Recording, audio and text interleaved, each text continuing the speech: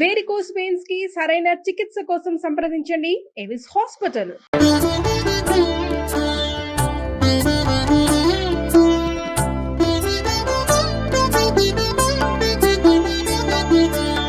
నమస్కారం. మాఘపురాణం రెండో రోజులకు వచ్చాం. అంటే మాఘమాసపు రెండో రోజు. అయితే శౌనకాది మునులు సూత మహామునిని నైమిసారణ్యంలో అడిగారు మాఘమాసం వ్రతమహత్యం గురించి చెప్పమని. ఈ వ్రతాన్ని గురించి, మాఘమాసాన్ని గురించి మొదట ఎవరితో చెప్పారు, మొదట ఎవరు వివరంగా తెలుసుకున్నారు, ఆ విషయాలన్నీ చెప్పమని అడిగారు. అయితే ఇప్పుడు సూత మహాముని ఏం చెప్పారంటే, పూర్వం పార్వతీ పరమేశ్వరులు ఒకనాడు మాట్లాడుకుంటూ ఉండగా అయితే ఈవిడ అడిగిందట, ఇప్పుడు వ్రతాలు, పూజలు, పునస్కారాలు ప్రతి వాళ్ళు చేస్తారు. ఎవరు చేయగలుగుతారు? దాని మీద అవగాహన ఉన్నవాళ్ళు, యజ్ఞము అవి చేయగలిగే అవకాశం ఉన్నవాళ్ళు చేస్తారు. సాధారణ మానవులు పాపాలని ఎలా పోగొట్టుకుంటారు? ఎందుకంటే మానవులు పాపాలు చేయటమే మన నిత్యకృత్యంగా ఉంటుందండి. చిన్న చిన్న పొరపాట్లు మన వల్ల అవుతూనే ఉంటాయి. కొన్ని తప్పనిసరి అవుతుంది, కొన్ని పొరపాటున అవుతాయి. అయితే ఈ పాపాన్ని నుంచి తప్పించుకోవటం ఎట్లా? వీళ్ళంతా రేపొద్దున అంటే మరణానంతరం ఆ నరకానికో స్వర్గానికో వెళ్ళి సమాధానం చెప్పుకోవాలి. ఈ పెద్ద పెద్ద ఇబ్బందులు కాకపోయినా చిన్న పొన్న తప్పుల నుంచి, తెలిసి తెలియక చేసిన పాపాల నుంచి మానవులు విముక్తి పొందటానికి ఏదైనా సులువైన సాధన ఉందా? సరే, దాని గురించి వివరంగా చెప్పమని అడిగింది. అయితే అప్పుడు ఆవిడ కూడా అడిగిన మాటల్లో ఏంటంటే, స్నానము, జపము, తపము ఇవన్నీ కూడా సాంగంగా చేయాలి కదా. సాంగంగా చేయకపోయినా కూడా ప్రయోజనాన్ని ఇచ్చేది ఏదైనా ఉందా అని అడిగితే, అప్పుడు పరమేశ్వరుడు చెప్పిన రకరకాల కథలలో, రకరకాల విశేషాల్లో మొట్టమొదటి విశేషం ఏంటంటే, దిలీప మహారాజు గాథను గురించి చెప్తున్నారు. పూర్వం దిలీపుడు అనే మహారాజు ఉండేవారు. అయితే ఈ దిలీప మహారాజు ఎవరంటే, రఘువంశంలో అగ్రగణ్యుడు. రఘువంశం అంటే శ్రీరాముల వారి వంశమే. అయితే సంస్కృతంలో కాళిదాసు తోటి రచింపబడినటువంటి మహాకావ్యం ఒకటి ఉంది. పంచకావ్యాల్లో ఒకటి రఘువంశ మహాకావ్యం. అయితే ఈ రఘువంశంలో మొట్టమొదటి కథ దిలీప మహారాజుదే. ఈయనట అప్పుడు భూలోకానికి తిరిగి వస్తుండగా, స్వర్గం నుంచి భూలోకానికి తిరిగి వస్తుండగా కామధేనువు కూతురుతో కలిసి, అంటే సంతానంతో కలిసి అక్కడ కూర్చుని ఉందట కల్పవృక్షపు నీడన. ఈయన తన భార్యను తలుచుకుంటూ తొందరగా వచ్చేసాడు, ఆమెను చూసి నమస్కరించకుండా. ఈ ఎవరినైతే నమస్కరించాలో వారిని గనక ఇట్లా అవజ్ఞగా తిరిగి వచ్చేస్తే అది చాలా తప్పు, పొరపాటు అవుతుంది. అయితే కామధేనువు ఇతను నన్ను చూడకుండా రాజు ఎందుకు వెళ్ళిపోతున్నాడు అని అనుకుని, ఓహో ఇతను ఋతుస్నాత అయిన భార్యని కలవడానికి తొందరపడి వెళ్తున్నాడు, సంతానం కోసమే ఆ సమయంలో భార్యని కలవాలనుకునేది, అతనికి ఆ ప్రయోజనం సిద్ధించదు నన్ను చూడకుండా వెళ్తున్నాడు కాబట్టి అని భావించిందట. దానివల్ల ఆయనకి సంతానం కలగల. అప్పుడు దిలీప మహారాజు తన కులగురువైన వశిష్ఠ మహర్షిని కనుక్కున్నాడు ఏం చెయ్యాలి అని. ఆ కాలంలో పద్ధతులు ఏంటంటే, ఏదైనా చిన్న పొరపాటు చేయకూడదు లేదా చేయవలసింది, ఏం చేయాలి, ఏం చేయకూడదు, ఇలాంటి పరిస్థితుల్లో ఎలా యాక్ట్ చేయాలి, అవన్నీ కూడా రాజులు తమ కులగురువుల్ని అడిగి తెలుసుకునేవాళ్ళు. వాళ్ళు ఏది చెప్తే అది చేయటమే, వాళ్ళు చెప్పిన ప్రకారమే. మనం రామాయణంలో చాలా చోట్ల వశిష్ఠ మహర్షి ఆజ్ఞ ప్రకారమే దశరథుడు తర్వాత రాముల వారు కూడా ప్రవర్తించారని వింటూ ఉంటాం, కథల్లో చెప్పబడుతుంది. మనం రామాయణం చెప్పుకున్నప్పుడు దాని గురించి వివరంగా చెప్పుకుందాం. అయితే ఈ వశిష్ఠ మహర్షిని అన్ని వివరాలు కనుక్కునే పందా ఉందన్నమాట. ఈ దిలీప మహారాజును గురించినటువంటి గోసేవా వృత్తాంతం అత్యద్భుతంగా ఉంటుంది రఘువంశ మహాకావ్యంలో. అయితే ఆ దిలీపుడు గురించి ఈయన పరమేశ్వరుడు చెప్తున్నాడు అనమాట. పూర్వం కొంతకాలం నాడు, అంటే సంతానం కలగడానికి ముందే ఈయన ఏం చేశాడట, మృగయా వినోది అయ్యి, అంటే వేటకెళ్ళాలని భావించి కొంతమంది సైన్యాన్ని తీసుకుని వేటకి సరిపడా సామాన్లు అవి తీసుకుని, వస్త్రధారణ కూడా దానికి తగ్గట్టుగా ఒంటి మీద, అంటే కవచాలు అవి వేసుకుంటారు. ఈ అల్లెత్రాడు పదే పదే ధనుసుని లాగటం వల్ల చేతులకు దెబ్బలు తగులుతాయి. ఆ తగలకుండా చేతులకు కూడా కవచాలు అవి వేసుకుని రకరకాల సాధనాలతోటి ఒక పెద్ద దండుగా బయలుదేరి వేటకి బయలుదేరాడు. అయితే అప్పుడు ఏం చేసేవాళ్ళు అంటే, సరదాకి వేటాడేవాళ్ళు, కాలక్షేపానికి. ఏ రాజ్యాంగపు పనులు లేకపోతే కొద్ది రోజులు మృగయా వినోదం అనేవాళ్ళు, దాని పేరే అది. దానికోసం వెళ్ళేవాళ్ళు. అది కాకపోతే చుట్టుపక్కల ఊళ్ళల్లో ఏదైనా ఇబ్బందిగా ఉంటే, జానపదులకి ఏదైనా సమస్యగా ఉంటే, ఆ సమస్యకి కారణమైన జంతువుల్ని లేదా సమూహాలని సంహరించడానికి రాజు స్వయంగా వెళ్ళటం ఆనాటి పద్ధతి అనమాట. అయితే ఏమైందట, ఈయన కొంతమంది సైనికులతోటి వెళ్ళాడు. ఈయన ఎట్లాంటి వాడంటే, అప్పటికి యువకుడు, సింహ పరాక్రముడు, చాలా పరాక్రమం కలిగిన వాళ్ళు. రఘువంశరాజుల గురించి చరిత్ర చదవాలంటే మనం రఘువంశం చదువుకుంటే చాలా అఖండంగా కనపడుతుందండి. వాళ్ళు ఎంత గొప్పవాళ్ళు, ఎంత ప్రతాపవంతులో చెప్పబడింది అందులో. అయితే ఈయన ఏం చేశాడు, ఇలా పరిగెడుతూ వెళ్ళాడు మొత్తానికి గుంపుతోటి. చాలా అడవిలోకి లోపలి భాగాలకి వెళ్ళిపోయాడు. ఎన్నో జంతువుల్ని వేటాడారు. అయితే వీళ్ళు దేనిని వేటాడాలని బయలుదేరారో అది వాళ్ళకి దొరకలేదు. ఇంకా ముందుకెళ్ళారు. క్రమంగా చిక్కటి అడవిలోకి ప్రవేశించారు. అడవి చిక్కగా అయ్యే కొద్దికి ఏమవుతుందంటే ఒక చెట్ల సమూహంలోకి ప్రవేశిస్తే లోపల గాలి లోపలే ఉంటుంది. ఆ లోపల ఏం జరిగినా బయటికి తెలియదనమాట. అంత దట్టమైన అడవిలోకి వెళ్ళిపోయారట. ఒక సింహం కనపడింది. దాన్ని వెంటాడుతూ ఇక సింహం కనపడేసరికి దాన్ని కొట్టడానికి వెంటబడ్డాడనమాట ఆయన. వెంటాడుతూ వెంటాడుతూ ఇంకా ఇంకా ఇంకా లోపలికి అడవి తాలూకు లోపలి భాగంలోకి చొచ్చుకొని వెళ్ళిపోయాడు. మిట్ట మధ్యాహ్నం అయిపోయింది. సింహం తప్పించుకుంది, కానీ ఈయనకి దాహం వేయటం మొదలుపెట్టింది. అక్కడ ఒక పెద్ద సరస్సు ఉందట, చాలా పెద్ద సరస్సు.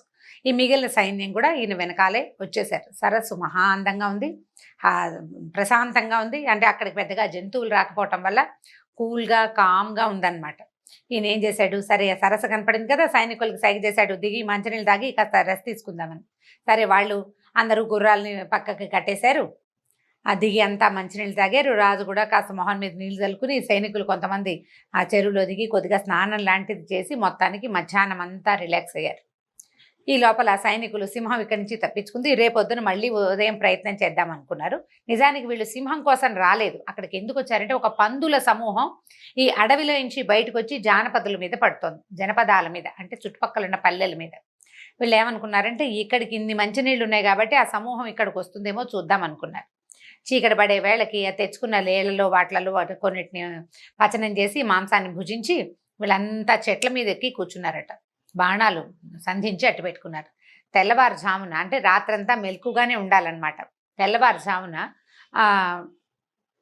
పందుల సమూహం ఒకటి, పెద్దది వరాహాల సముదాయం వచ్చేసింది. ఆ శబ్దం వినంగానే అందరూ బాణాలు సంధించి టప బాణాలు వదిలేశారు. వచ్చిన సమూహం అంతా, మొత్తం గుంపంతా చచ్చిపోయిందట. ఈ మొత్తం పడిపోగానే కోలాహలంగా సైనికులు, రాజుగారు దాని నుంచి దిగేశారు, చెట్ల మీద నుంచి దిగేశారు. చకచక ఈ పందులు ఏవేవి ఇదైనాయో అవన్నీ చూసుకుని తాము తెచ్చుకున్న బళ్ళ మీద వాటిని పడేసుకుని, సరే పొద్దున్నే ప్రాతకాల విధులు ఏమింటాయి, కాస్త మొహాలు కడుక్కోవటం లాంటివి చేసి బయలుదేరారు వెనక్కి. కొట్టాల్సిన సమూహాన్ని కొట్టేశాం కదా, ఇంకెందుకు ఇక్కడ ఉండటం, బయలుదేరిపోయారు. ఈ బయలుదేరేసరికల్లా ఏమైంది, ఈ రాజు ఈ సైనికులు అంతా వెళ్తున్న రోడ్డు మీద, అంటే ఏ దారిలో అయితే వీళ్ళు బయటపడుతున్నారో అక్కడికి ఒక ఆయన ఎదురొచ్చాడట. ఆయన ఎలా ఉన్నాడంటే సన్నగా పక్కపాటి మనిషి. ఆయన మునివృత్తిని అవలంబిస్తున్నట్టు తెలుస్తోంది. ఆయన ఒక తాపసి. ఆయన పేరు ఏదో చెప్తున్నారు, చూద్దాం. ఆయన పేరేం చెప్పారు, వృద్ధ హారీతుడు. హారీతుడు అనే ఒక బ్రాహ్మణుడు, శంఖచక్రాలు ధరించి ఉన్నాడు. అంటే విష్ణు భక్తుడు అనమాట. సమాశ్రయణం అయ్యి ఉంది. ఆయన భుజాల మీద శంఖం చక్రం శోభగా కనపడుతున్నాయి. ఎప్పుడైతే ఈయన ముని ఎదురొచ్చేసరికల్లా రాజు గుర్రం దిగేశాడు, దారిచ్చాడు. ఈ గుర్రాల పక్క నుంచి నడిచి వచ్చేవాళ్ళు దారి చేసుకోవటం కాదు, మునులని బ్రాహ్మణులని విపరీతంగా, అంటే భగవంతుడిలాగా గౌరవించే రోజులవి. దిగి గుర్రం పక్కన వినయంగా నిలబడి దారిచ్చాడు. ఆయన దగ్గరకు వచ్చి ఏమడిగాడంటే, రాజా, సూర్యోదయం కాబోతోంది, ఇంత పెద్ద తటాకం ఇక్కడ ఉంటే మాఘ స్నానం చేయకుండా వెళ్ళిపోతున్నావేమిటి అని అడిగాడు. అడిగేసరికల్లా ఈయనకి అర్థం కాలేదు. ఏమని అడిగాడంటే, అయ్యా, ఇది మాఘమాసం అని నాకు తెలుసు, మాఘ స్నానం అంత విశేషమైనదా, తప్పకుండా చేయవలసిందంటారా, ఆ విశేషం ఏమిటో చెప్పండి, వింటానన్నట్ట. హారీతుడు ఏం చెప్పాడంటే, నాయన, ఇది సమయం కాదు, సూర్యభగవానుడు ఇంకొద్ది నిమిషాల్లో ఉదయించబోతున్నాడు, కథకి కాలక్షేపానికి సమయం కాదు. ఇప్పుడు ముందు చెరువులోకి దిగి నువ్వు సుస్నాతుడివై తర్వాత నువ్వు ఊరికి వెళ్ళిన తర్వాత మీ కులగురువైన వశిష్ఠ మహర్షిని అడిగి ఈ వివరం తెలుసుకో అని చెప్పేసి స్నానానికి వెళ్ళిపోయాడట. ఈయన కూడా ఏం చేశాడు, సైనికులకి చెప్పేసి తను చెరువులోకి దిగి స్నానం చేసి సంధ్యాధికాలు కావించుకుని మళ్ళీ గుర్రమెక్కి సైనికులతో పటాలంతో సహా రాజ్యానికి వెళ్ళిపోయాడు. ఊళ్ళోకి నగరంలోకి వెళ్ళిపోయాడు అనమాట. నగరంలోకి వెళ్ళి అక్కడ స్నానం చేసి వచ్చారు రాజుగారు అనే సంగతి తెలిసింది కదా. అందరూ ఏమిటని అడిగారట. ఏమిటి అక్కడ ఏమిటి విశేషం అంటే, నాకు కూడా తెలీదు, వశిష్ఠ మహర్షిని అడిగి తెలుసుకోవాలని పొద్దుటి పూజాధికాలు యజ్ఞహోమం అన్నీ పూర్తయిపోయిన తర్వాత కొంచెం బాగా ఎండ ముదిరాక భార్యాద్వితీయుడై వశిష్ఠ మహర్షి ఆశ్రమానికి బయలుదేరాడట. వశిష్ఠ మహర్షి ఆశ్రమానికి అంటే భార్యతో కలిసి చక్కగా తెల్లని గుర్రాలు పుంచిన రథం ఎక్కి బయలుదేరి వెళ్ళి అడిగాడు. నిన్న నేను ఇలా అడవికి వెళ్ళాను, వేటకి వెళ్ళేసరికల్లా తిరిగి వస్తుంటే ఒక బ్రాహ్మణ ముని ఒక ఆయన కనిపించాడు. ఆయనేమో ఇలాగా మాఘ స్నానం చాలా విశేషమైంది చేయమన్నాడు, దాని విశేషాలు నిన్ను అడిగి తెలుసుకోమన్నారు. నాకు ఆచారం కానీ, దండనీతి కానీ, ధర్మం కానీ, రాజధర్మాలు కానీ ఎప్పుడు నువ్వే తెలియజేశావు. నీ వల్లే నేను సమస్తమైన విషయాలు తెలుసుకుంటాను. కాబట్టి తమరు ఈ సంగతి చెప్పండి, మాఘ స్నాన ఫలితం ఏమిటి, ఎందుకు మాఘమాసంలో సూర్యోదయాత్ పూర్వమే స్నానం చేయాలి అని దిలీప మహారాజు అత్యంత వినయంతో వశిష్ఠ మహర్షిని అడిగాడట. అప్పుడు వశిష్ఠ మహర్షి ఏం చెప్పాడంటే, నాయన నువ్వు అడిగిన ఈ ఈ ప్రశ్న ఉందే మహత్తరమైన ప్రశ్న, ఇది నీకు ఒక్కడికే కాదు, ముల్లోకాల్లో ఉండే వాళ్ళకి అందరికీ, ప్రపంచంలో ప్రజలందరికీ, వనవాసులకి, ఋషులకి, మునుపుంగవుల్ని కూడా నిర్మల చిత్తులుగా చేసే సమాధానం చెప్తాను నాయన. దీనికి చాలా మంచిది.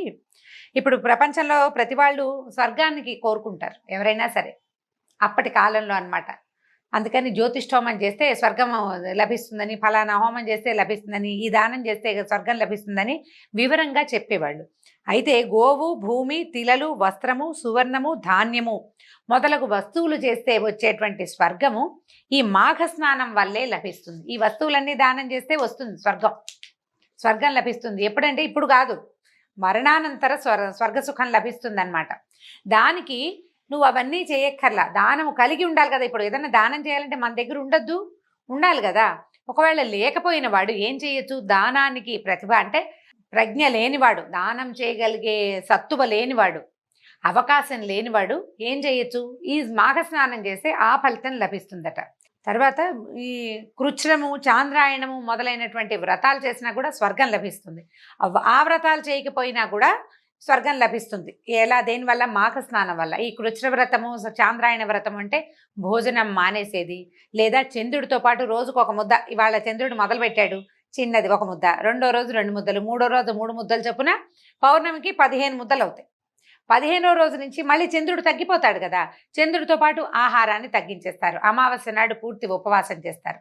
ఆ కవళం కూడా ఏదో 3 లెక్క ఉంటుందన్నమాట, పిడికెడు, అది కూడా 3 సంవత్సరాల వాడి పిడికిలంతా అన్నమేనని చెప్తారు. అలాంటి వ్రతాలు, ఈ వ్రతాలన్నిటి ఫలితం ఏమిటి? స్వర్గం. అది మాఘ స్నానం వల్లే లభిస్తుంది. తర్వాత ఏం చెప్తున్నారు? వైశాఖం నందు హోమము, దానము, కార్తీకమందు తపము, పూజాదులు అంటే దీపారాధన లాంటివి అన్నమాట. మాఘమునందు స్నానము, తపము, దానము, ఈ 3 చాలా ముఖ్యమైనవట. అయితే అగ్నిహోత్రము, యజ్ఞాదులు చేయకుండానే, బావులు, చెరువులు తవ్వించకుండానే సద్గతి కావాలని కోరుకునే వాళ్ళు మాఘమాసంలో తీర్థజలమందు స్నానం చేయటం మంచిది. అవేమీ చేయలేము, ఇది ఈజీ, సులువు, చేస్తే సరిపోతుందన్నమాట. భూమి, సువర్ణము, మాణిక్యము, ధేనువు మొదలైన వాటిని దానం చేయకుండానే ఎవరు వాటి పుణ్యఫలంగా స్వర్గాన్ని కోరుకుంటారో ఓ రాజా, వాళ్ళు మాఘ స్నానం చేయాలి. ఇలా స్నానం చేసిన వాడు మరుసటి జన్మలో భూపతి రాజు అవుతాడట, మరుసటి జన్మలో. తర్వాత ఈ జన్మలో కూడా అతనికి వలసిన ప్రయోజనం కొంత లభిస్తుంది. తర్వాత మాఘంలో స్నానం చేయటము అంటే ఉదయమే, సూర్యోదయాత్ పూర్వమే స్నానం చేయటము, స్నానం చేసిన తర్వాత విష్ణు పూజ లేదా శివ పూజ, ఇవి 2 కాకపోతే సూర్యారాధన, అవి చేసి తర్వాత దానం చేయటం, చేయగలిగినంత దానం చేస్తే గనక అమోఘమైన ఫలితాలు కలుగుతాయి. ఏదైనా కామంతో అంటే కోరికలతో ఫలానా పని నెరవేరాలని చేసినా, లేకపోతే నారాయణుని నిమిత్తం మనమే, మనకి భగవంతుడు విష్ణుమూర్తి అంటే ఇష్టం, లేదా ప్రత్యక్ష నారాయణ స్వరూపమైన సూర్య భగవానుడు అంటే ప్రీతి, ఆయన ప్రీతి కోసం చేసిన, లేకపోతే ఇతర కారణాల వల్ల దేనివల్ల అయినా పదరా స్నానం చేద్దామని స్నేహితులు తీసుకెళ్ళినా సరే, ఈ విధంగా శరీరాన్ని శుద్ధి చేసుకుని అంటే చెరువులో లేదా నదిలో, వాపీకూప తటాకాదుల్లో దేంట్లో అయినాను, అక్కడ కాకపోతే ఇంట్లో స్నానం చేసినా కూడా ఫలితం లభిస్తుంది సూర్యోదయానికి ముందట. ఇప్పుడు 12 సంవత్సరాలు ఈ రకంగా స్నానం చేసినందుకు అదితి అంటే దితి, అదితి అని చెప్తాం కదా, దేవతల యొక్క తల్లి అయిన అదితి ద్వాదశాదిత్యులని కుమారులుగా పొందిదట. ఆదిత్యుడు అంటే సూర్యుడు కదా, 12 మంది సూర్యులు ఉన్నారు, ఆ 12 మంది సూర్యుల్ని కుమారులుగా పొందింది. ఆ తర్వాత రోహిణి నక్షత్రం చంద్రుడికి దగ్గరే ఉంటుందని చెప్తాం కదా, ఆ రోహిణి నక్షత్ర దేవత అయిన రోహిణి కూడా ఆవిడ ఇట్లా మాఘస్నానం చేయటం వల్లే పతికి అత్యంత ప్రీతికారిణిగా మారిందట. ఆ తర్వాత శచీదేవి మాఘస్నానం వల్లనే రూపయవ్వన సంపన్నగాను 7 పతివ్రత స్త్రీలలోనూ స్థానం సంపాదించి సుఖ నివాసం ఏర్పరచుకుంది. కాబట్టి స్వర్గాది ఫలితం కోసమే కాకుండా ఐహికమైనవి ఇక్కడున్న అవకాశాలు కూడా, అంటే భూమి మీద మనకి కావలసినటువంటి సమస్తమైన సుఖ సంతోషాలకి కూడా మాఘ స్నానం మంచిది అని చెప్పారు. అయితే దీంతో పాటు ఏం చేయమంటున్నారు? మాఘ స్నానం ఏ చెరువులోనో నదిలోనో స్నానం చేస్తే అక్కడే చెరువు తాలూకు, నది తాలూకు ఒడ్డునే విష్ణు పూజ చేయమని వశిష్ఠ మహర్షి సెలవిస్తున్నారు. విష్ణు పూజ చేసిన వాడు అంటే ప్రత్యేక తిథులలో చెప్పారు రోజు స్నానం చేయటం, దశమి ఏకాదశి తిథుల్లోనూ తర్వాత పౌర్ణమి నాడు విష్ణు పూజ చేసిన వాడికి స్వర్గమే లభిస్తుంది. స్వర్గం కంటే అధికమైనటువంటి విష్ణు పదాన్ని కూడా అతను పొందుతాడు అని చెప్తున్నారు.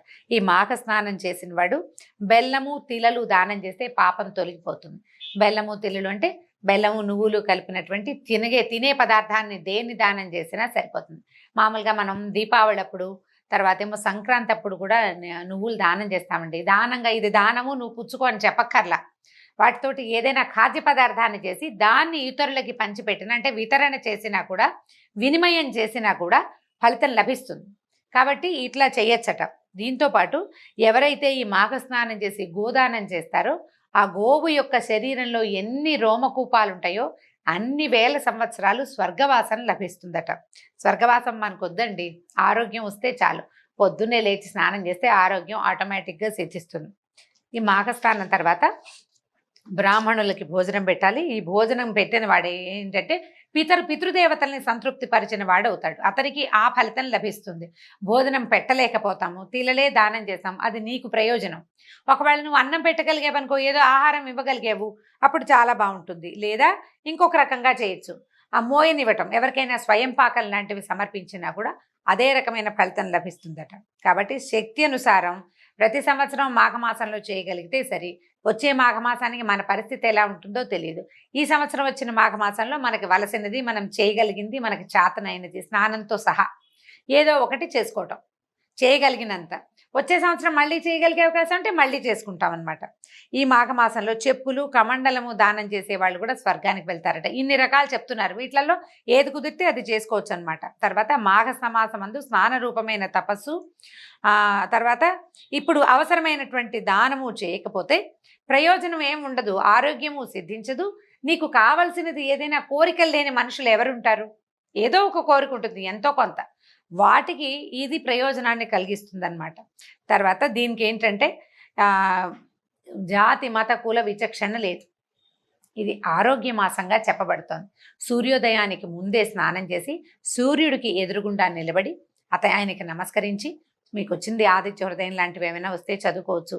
అవి రాలేదనుకోండి, ఒట్టిగా నమస్కారం చేసి ఓ రాగి చెంబుతోటి కాసిన నీళ్లు సూర్యుడికి చూపించి ఏమో చెట్టులోనూ పోయటం. సూర్యుడికి అర్ఘ్యం ఇచ్చే విధానం మనకి చాతొస్తే అలా ఇస్తే ఏమవుతుందంటే ఈ కాలంలో అంటే ఈ కుంభమాసం అని చెప్పబడే ఈ సమయంలో సూర్యుడు ఆకాశంలో ఉన్నటువంటి కోణంలో నుంచి వచ్చే కిరణాలు మనకి అత్యంత ఆరోగ్యదాయనిగా ఉంటాయి. మొదటి కిరణాలు మంచివి.